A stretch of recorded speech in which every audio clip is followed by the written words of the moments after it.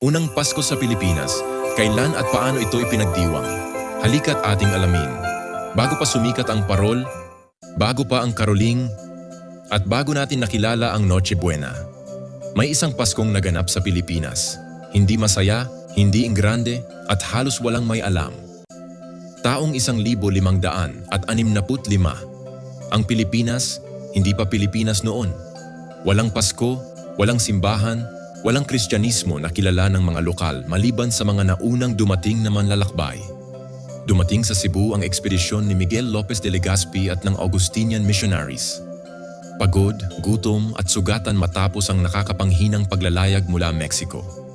Ngunit paano natin nalaman ang Pasko ng 1565? Dahil ito ay nakatala sa mga dokumento ng mga Augustinian priests, mga sulat at journal entries na malinaw na nagsasabing nagdaos sila ng Christmas Mass sa Cebu.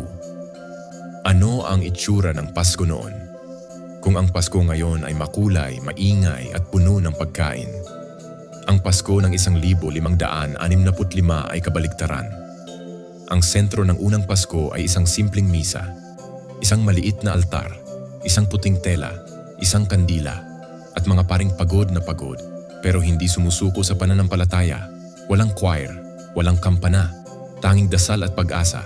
May mga regalo, pero hindi laruan, hindi pera, hindi cake. Ang unang regalo sa mga Pilipino noong Pasko, maliit na tela, butil, rosaryo, maliit na imahen ng santo, hindi para mag-party, kundi para magpakita ng kapayapaan. At kahit mahirap, may handa. Pero hindi lechon, hindi hamon, at hindi queso de bola. Ang handa nila, tuyong tinapay mula sa barko, kaunting keso, isda mula sa supply ng ekspedisyon, at kaunting alak na iningatan nila buong biyahe. Hindi ito piging, isang simpleng salusalo para lang maalala na buhay pa sila.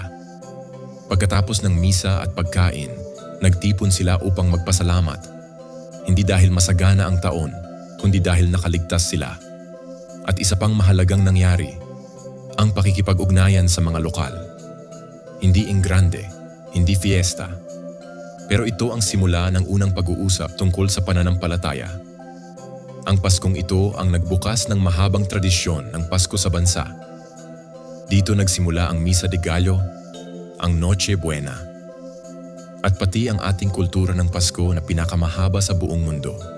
Kung titingnan mo, ang unang Pasko sa Pilipinas ay hindi masaya, hindi magarbo, at hindi handog para maglibang. Ito ay selebrasyon ng pag-asa. Sa gitna ng gutom, pagod, at panganib. At marahil kaya hanggang ngayon, kahit anong hirap ng taon, ipinagdiriwang pa rin natin ang Pasko. Dahil ang ugat nito sa ating kasaysayan ay pananampalataya at pag-asa. Maraming salamat sa panonood. Kung nagustuhan mo ang video na ito, huwag kalimutang mag-like, mag-subscribe at i-share sa mga kaibigan mo.